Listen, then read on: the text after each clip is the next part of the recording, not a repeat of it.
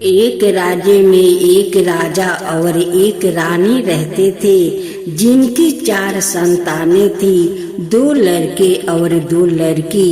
एक लड़की का नाम पूर्णिमा और दूसरी लड़की का नाम अमावस्या थी।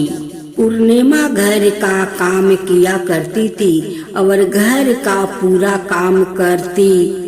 पूर्णिमा घर के कामों में निपुण थी और घर का पूरा काम करती थी और भगवान की पूजा अर्चना भी किया करती थी। इसके अलावा वो गौ माता की सेवा भी किया करती थी और उसकी दूसरी बहन अमावस्या ना ही घर का कोई काम करती थी, ना ही भगवान की पूजा अर्चना करती थी और ना ही गौ माता की सेवा करती थी।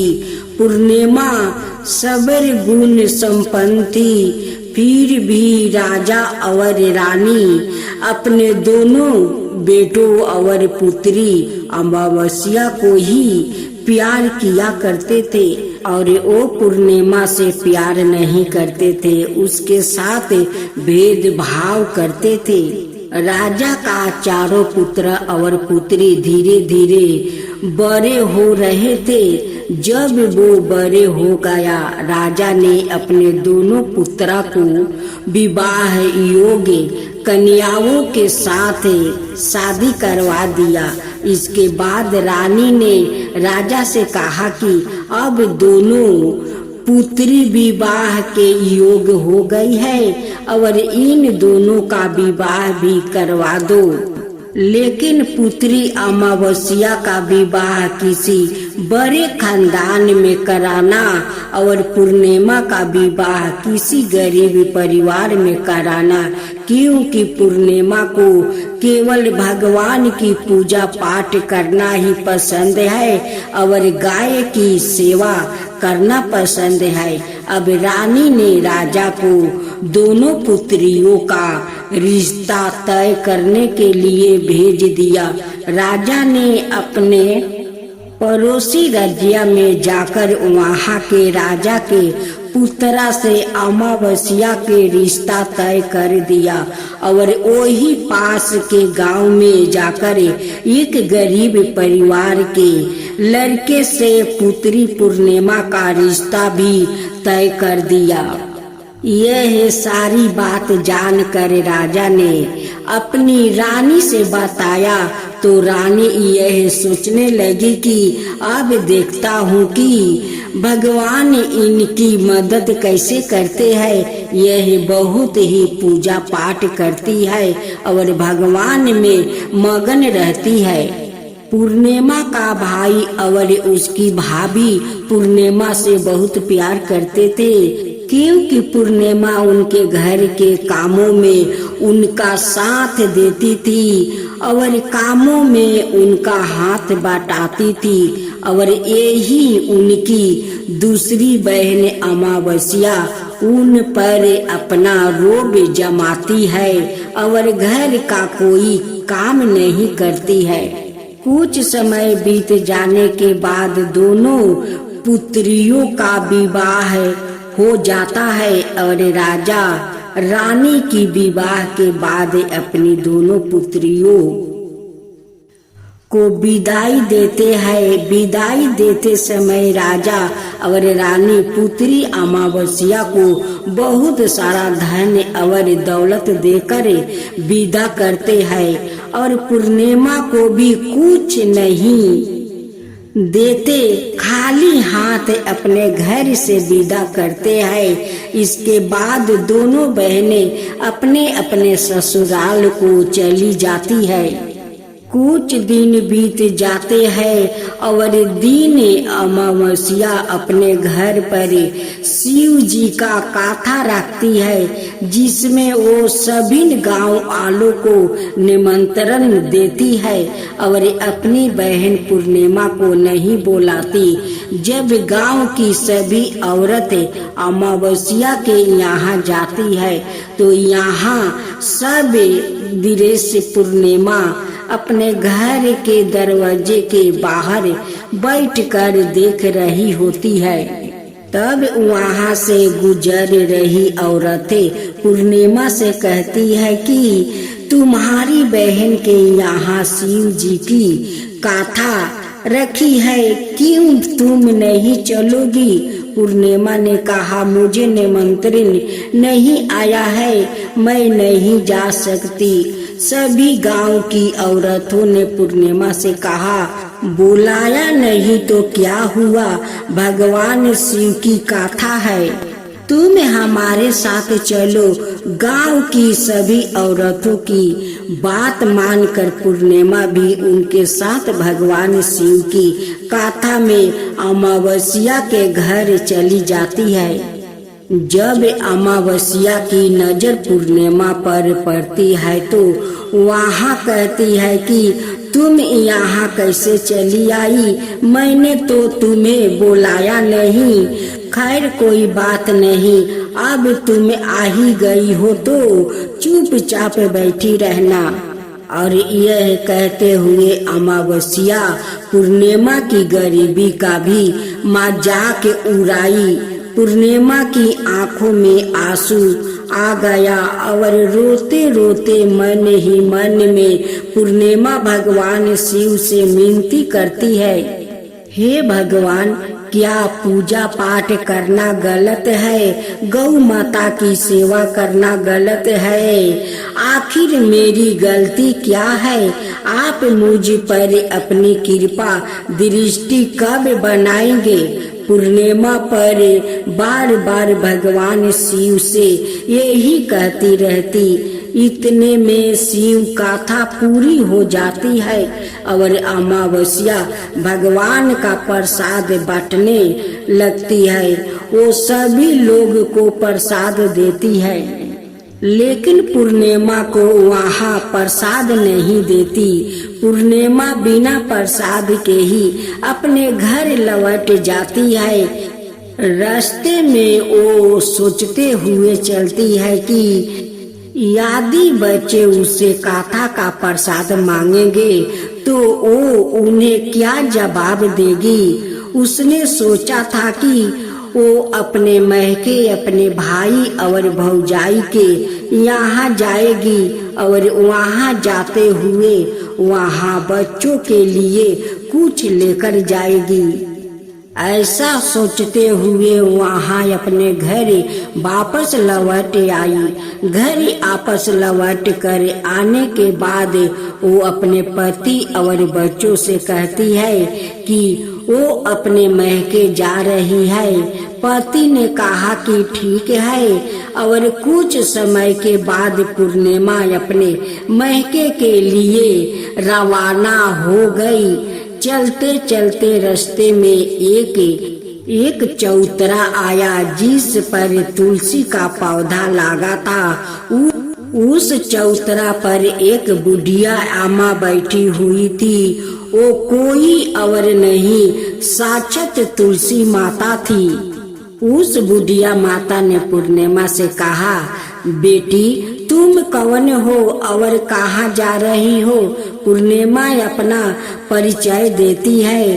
परिचय देने के बाद बुढ़िया औरत ने पूर्णिमा से कहा कि यहाँ तुलसी का पौधा सूख रहा है, इसमें थोड़ा सा पानी डाल दो और इस चौतरे की सर सफाई कर दो, जिससे मुझे थोड़ी ठंडक मिलेगी।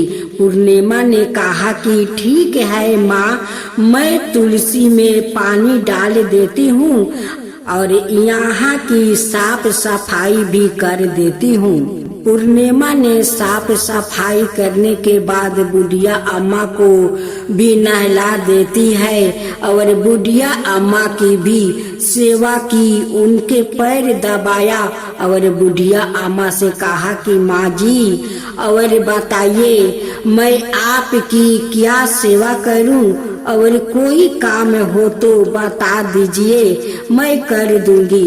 बुढ़िया अम्मा ने कहा कुछ नहीं, अब तुम जाओ और वापस आते समय मुझे से मिलते हुए जाना।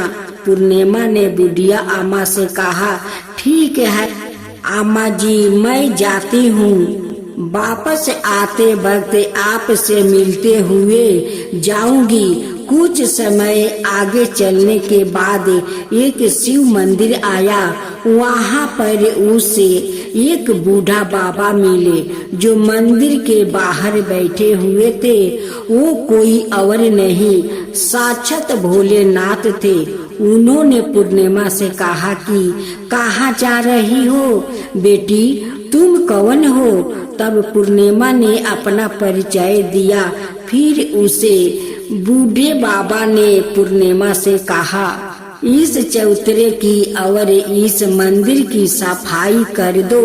तब पूर्णिमा ने मंदिर की और चौतरे की साफ सफाई कर दिया और वहाँ पर पूजा पाठ अर्चना भी की। और साफ सफाई पूजा अर्चना करने के बाद उन्होंने बूढ़ा बाबा को भी नहला दिया और उसने कहा कि बाबा और कोई काम है तो बताइए। तब बूढ़ा बाबा ने कहा, नहीं बेटी, अब तुम जाओ और वापस आते वक्त मुझसे मिलते हुए जाना। पूर्णिमा ने कहा कि ठीक है बाबा, मैं जाती हूँ, वापस आते हुए आपसे मिलते हुए जाऊंगी। आगे चलते चलते कुछ दूर चलने के बाद पूर्णिमा को एक काली जी का मंदिर दिखाई दिया। वहाँ भी एक बुढ़िया अम्मा चौतरे पर बैठी हुई थी। उस बुढ़िया औरत ने भी पूर्णिमा से कहा कि बेटी, तुम कौन हो, कहाँ जा रही हो? तब पूर्णिमा ने उस बुढ़िया औरत को भी अपना परिचय दिया। बुढ़िया औरत ने पूर्णिमा से कहा कि यहाँ पर सभी पूजा पाठ करने के लिए आते हैं, लेकिन मंदिर की साफ सफाई करने के लिए कोई नहीं आता, इसलिए तुम मंदिर की और चौतरे की साफ सफाई कर दो। पूर्णिमा ने कहा, ठीक है माता जी। और पूर्णिमा मंदिर की और चौतरे की साफ सफाई कर देती है और पूजा पाठ भी कर देती है और माता जी का श्रृंगार भी कर देती है और उस बुढ़िया अम्मा को भी नहला देती है और बुढ़िया अम्मा के पैर दबा देती है और कहती है कि सभी काम हो गया माँ जी, और कोई काम हो तो बताइए। बुढ़िया अम्मा कहती है कि नहीं बेटी, अब तुम जाओ, लेकिन वापस आते वक्त मुझसे मिलते हुए जाना। पूर्णिमा कहती है कि ठीक है और वो आगे चल देती है। आगे चलते चलते एक नदी आती है। वहाँ पर भी एक बुढ़िया अम्मा बैठी रहती है और वह कहती है कि बेटी, तुम कौन हो और कहाँ से आई हो? उससे भी पूर्णिमा अपना परिचय देती है। बुढ़िया औरत पूर्णिमा से कहती है कि नदी पर स्नान करने तो यहाँ पर सब आते हैं, लेकिन यहाँ की सैर सफाई कोई नहीं करता, इसलिए तुम इस किनारे पर साफ सफाई कर दो। पूर्णिमा कहती है ठीक है माता जी, और वहाँ की साफ सफाई कर देती है और उस बुढ़िया अम्मा के पैर दबा देती है और कहती है माँ जी, और कोई काम हो तो बताइए। बुढ़िया अम्मा कहती है कि कुछ नहीं बेटी, तुम जाओ, लेकिन वापस आते वक्त मुझसे मिलते हुए जाना। और वहाँ नाव में बैठकर नदी के दूसरे किनारे पहुँच जाती है और वहाँ अपने महके का घर पहुँच जाती है। वहाँ पर पूर्णिमा के भाई और भाभी उसे देखकर बहुत खुश हो जाते हैं और वो पूर्णिमा की बहुत खातिरदारी करते हैं और उससे बहुत सारी बातें करते हैं और कहते हैं कि बच्चों को भी साथ मैं लेकर आती तो बहुत अच्छा होता। अब कुछ समय के बाद पूर्णिमा ने वापस अपने ससुराल जाने को कहा तो उसकी भाभी ने उसके लिए एक साड़ी दी और थैले में बच्चों को लिए कपड़ा और खाने पीने की कुछ चीजें रख देती है और कहा कि तुम बहुत दिनों के बाद आती हो। और पूर्णिमा की भाभी ने यह थैला पूर्णिमा के हाथ में दे देती है और कहा कि जाओ और जल्दी वापस आना। इसके बाद पूर्णिमा वहां से अपने ससुराल के लिए रवाना हो गई और उसी नदी के किनारे पहुंची और नाव में बैठकर दूसरे किनारे पर उतर गई। वहां पर उतरने के बाद वहां पर उसे वही बुढ़िया अम्मा मिली जो साक्षात गंगा मैया थी। उस बुढ़िया अम्मा ने पूर्णिमा को एक थैला दिया और कहा कि इसे तुम अपने घर जाकर ही खोलना। अब पूर्णिमा के पास बहुत थैला हो गया था। उन्हें लेकर पूर्णिमा वहां से रवाना हुई। आगे कुछ दूर चलने पर काली माँ का मंदिर आया। वहां पर काली माँ बुढ़िया का रूप में विराजमान थी। उसने कहा, आ गई बेटी। पूर्णिमा कहा, हाँ माँ जी मैं आ गई। तो काली माँ ने उसे एक थैला दिया और कहा, इस थैला अपने घर जाकर खोलना। अब पूर्णिमा के पास 3 थैले हो गए थे। तीनों थैला लेकर पूर्णिमा आगे बढ़ी। कुछ दूर जाने पर शिव जी का मंदिर आया जहाँ बूढ़ा बाबा के रूप में शिव जी सवाए विराजमान थे। बूढ़े बाबा ने कहा, पूर्णिमा तुम वापस आ गई। पूर्णिमा ने कहा, हाँ बाबा मैं वापस आ गई। बूढ़े बाबा ने भी पूर्णिमा को एक थैला दिया और कहा कि यह थैला तुम घर जाकर ही खोलना। पूर्णिमा ने कहा, ठीक है बाबा। अब पूर्णिमा के पास 4 थैला हो गया है। पूर्णिमा 4 थैले लेकर वो कैसे ले जाती।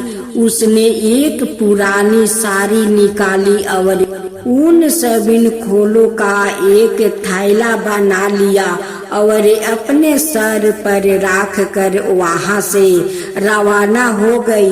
कुछ दूर जाने के बाद उसे तुलसी माँ बुढ़िया औरत के रूप में मिलती है और कहती है, पूर्णिमा तुम आ गई। पूर्णिमा कहती है, हाँ माता जी मैं आ गई। वो बुढ़िया औरत भी उसे एक थैला देती है और कहती है कि यह थैला तू अपने घर जाकर ही खोलना। पूर्णिमा कहती है कि ठीक है माँ जी। अब पूर्णिमा के पास 5 थैले हो गए।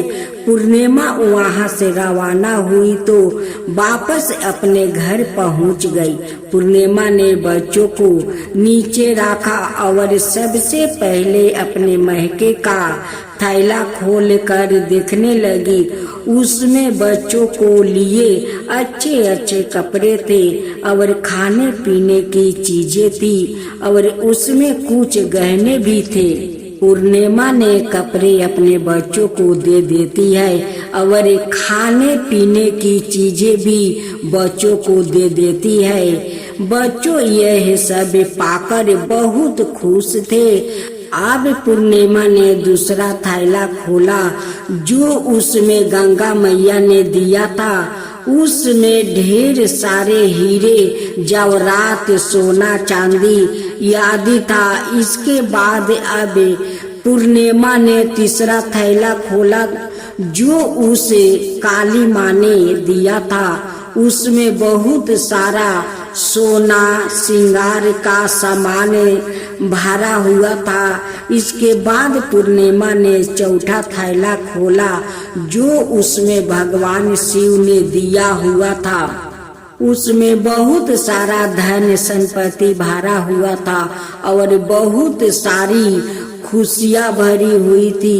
इसके बाद अब पूर्णिमा ने 5वां थैला खोला जो उसमें तुलसी माँ ने दिया था। उसमें चावल दाल और प्रकार की खाने की चीजें से भरा हुआ था। अब पूर्णिमा के घर में किसी भी चीज की कमी नहीं थी।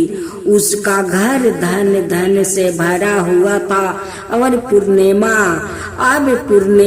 और उसका परिवार सुख में जीवन व्यतीत करने लगा। अब पूर्णिमा के मन में विचार आया कि क्यों ना शिव जी की कथा करवाई जाए और शिव जी की कथा में एक कार्यक्रम रखा। पूर्णिमा ने गांव के सभी लोगों को निमंत्रण दिया और घर घर जाकर सभी लोगों को बुलाया। पूर्णिमा अपनी बहन अमावस्या के घर भी गई और अमावस्या को भी शिव जी की कथा के लिए उसने अपने घर पर बुलाया। जब अमावस्या पूर्णिमा के घर शिव जी की कथा में आई तो उसने देखा कि पूर्णिमा के घर में किसी भी चीज की कोई कमी नहीं है। इतना सारा धन दौलत देखकर अमावस्या आश्चर्यचकित हो गई। उसने पूर्णिमा से कहा कि तुम्हारे घर में इतनी धन और दौलत कहाँ से आई? पूर्णिमा ने कहा, देखो बहन, तुमने शिव जी की कथा में मुझे नहीं बुलाया था, फिर भी मैं चली आई और तुमने मुझे प्रसाद तक नहीं दिया और मेरी गरीबी का मजाक भी उड़ाया। उसके बाद मैं अपने घर आ गई और घर आते हुए मन में सोच रही थी कि अपने मैके जाऊं और मैं अपने मैके चली गई और जो कुछ घटना इस बीच हुई वो सभी घटना अपनी बहन अमावस्या को बताती है। तो अमावस्या कहती है कि तुम भी मुझे प्रसाद मत दो और मुझे डांट लो। लेकिन पूर्णिमा ने कहा कि यह तो भगवान का प्रसाद है, मैं तो सबको दूंगी और तुम्हें भी दूंगी। फिर भी अमावस्या ने प्रसाद नहीं लिया और वो सीधे अपने घर चली गई। घर जाकर अपने बच्चों से कहकर वहाँ अपने मैके जाने के लिए तैयार हो गई और मैके के लिए निकल गई। उसी भी रास्ते में चलते चलते तुलसी माँ मिली जो चौतरे पर बूढ़ी माँ के रूप में बैठी हुई थी। बूढ़ी माँ ने अमावस्या से कहा कि बेटी, कौन हो तुम और कहाँ जा रही हो? अमावस्या ने अपना परिचय दिया। बूढ़ी माँ ने कहा, बेटी, यह तुलसी का पौधा सूख रहा है, इसमें थोड़ा सा पानी डाल दो और इस चौतरे की साफ सफाई कर दो। इस पर अमावस्या ने कहा, बुढ़िया, तुझे दिखाई नहीं दे रहा है कि मैंने इतनी महंगी साड़ी पहन रखी है, यह गंदी हो जाएगी। ऐसा कहकर वहाँ से आगे चल गई। आगे जाने पर उसे भगवान शिव मिले, जिसे भी उसने ऐसा ही कहा। उसके बाद आगे चलने पर उसे काली माँ मिली, जिसे भी उसने वही सारी बातें कही। आगे जाने पर उसने गंगा मिली, जिसे भी उसने यही बात कहा और आगे चली गई।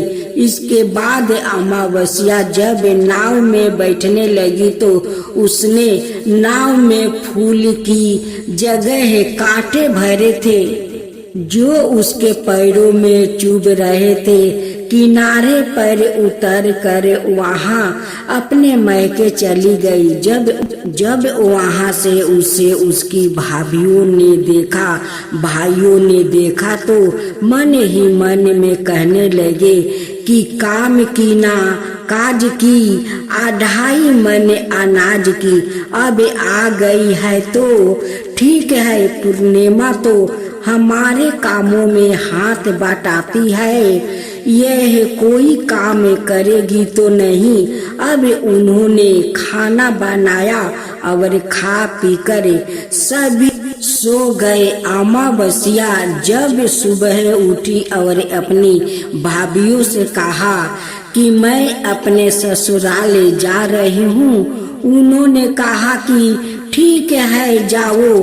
अमावस्या बोली, पूर्णिमा को तो तुमने एक थैला दिया था और मुझे कुछ नहीं दोगे क्या? भाई और भाभी ने कहा कि तुम घर जाओ, थैला तुम्हारे घर पहुंच जाएगा। फिर अमावस्या वहाँ से निकल गई और नदी के किनार पर पहुंची। वहाँ गंगा मैया बुढ़िया औरत का रूप धारण करके बैठी हुई थी। बुढ़िया माँ ने कहा, आई बेटी? तो उसने कहा, हाँ माँ आ गई। अमावस्या ने कहा, तुमने पूर्णिमा को एक थैला दिया था और मुझे नहीं दोगी क्या? बुढ़िया आमा ने कहा, तुम घर जाओ, थैला तुम्हारे घर पहुंच जाएगा। इसके बाद आगे जाने पर उसे काली माँ मिली, जिसने भी अमावस्या को यही कहा। इसके बाद आगे जाने पर उसे शिव भगवान मिले, जिन्होंने भी अमावस्या से यही कहा। इसके बाद आगे जाने पर उसे तुलसी माँ मिली और उसने भी अमावस्या से यही कहा, तुम घर जाओ, थैला तुम्हारे घर पहुंच जाएगा। अमावस्या अपने घर पहुंच गई है। आंगन में देखा तो वहाँ पर पहुंचा, थैला परे हुए थे। अमावस्या ने मन ही मन सोचा कि अब तो मेरे पास बहुत सारी धन और दौलत आ जाएगी। जल्दी जल्दी उसमें सभी थैले को खोला। किसी में मिट्टी थे तो किसी में पत्थर, किसी में कंकर और किसी में कोयला। उसे मैके से भी कुछ नहीं मिला था। इन थैले में कुछ भी नहीं था। अमावस्या दौड़ती हुई पूर्णिमा के घर गई और कहती है कि तुम्हें तो इतना सब कुछ मिला, मुझे तो कुछ नहीं मिला, आखिर क्या? तो पूर्णिमा कहती है कि जब मैं अपने मैके जाती हूँ तो अपनी भाभियों के साथ उनके कामों में हाथ बटाती हूँ, उनके साथ मिलकर काम करती हूँ। लेकिन तुम ऐसा कुछ नहीं करती, उनकी इज्जत भी नहीं रखती, इसलिए वो तुम्हें भला क्या देंगे। इसके बाद तुमने गंगा मैया को ठुकरा दिया और काली माँ को भी ठुकरा दिया और भगवान शिव को भी तुमने ठुकरा दिया, इसलिए उन्होंने भी तुम्हें कुछ नहीं दिया। अमावस्या कहती है कि बहन तुम मुझे माफ कर दो, मैंने तुम पर हमेशा अत्याचार किया है, मुझे कुछ नहीं मिला तो कोई बात नहीं, मैं भी भगवान की भक्ति करूंगी और सब कुछ प्राप्त कर लूंगी। मुझे इन सब रहस्य बताओ। तो पूर्णिमा ने कहा कि तुम 3 सूत्र का ज्ञान ले लो और उसकी गाथा कहना। पहले सूत्र में दया मांगना और दूसरे सूत्र में गाथा मांगना और तीसरे सूत्र में 108 बार ओम नमः शिवाय का जप करना। बहन भगवान ने यह सूत्र दिया है, इनको अपने हृदय में बसा लेना। मैंने भी यहाँ 3 सूत्र अपने जीवन में अपनाया था और सच्चे मन से भगवान शिव की भक्ति पूजा पाठ किया था। फिर भगवान ने मुझे यह सब कुछ दिया और तुम्हारे पास जो कुछ था वो भी सब खत्म हो गया। इसके बाद अमावस्या अपने घर गई और भगवान की पूजा पाठ करने लगी। भगवान शिव से उसने माफी मांगी और गौ माता की सेवा भी की और दूसरों की मदद भी करने लगी।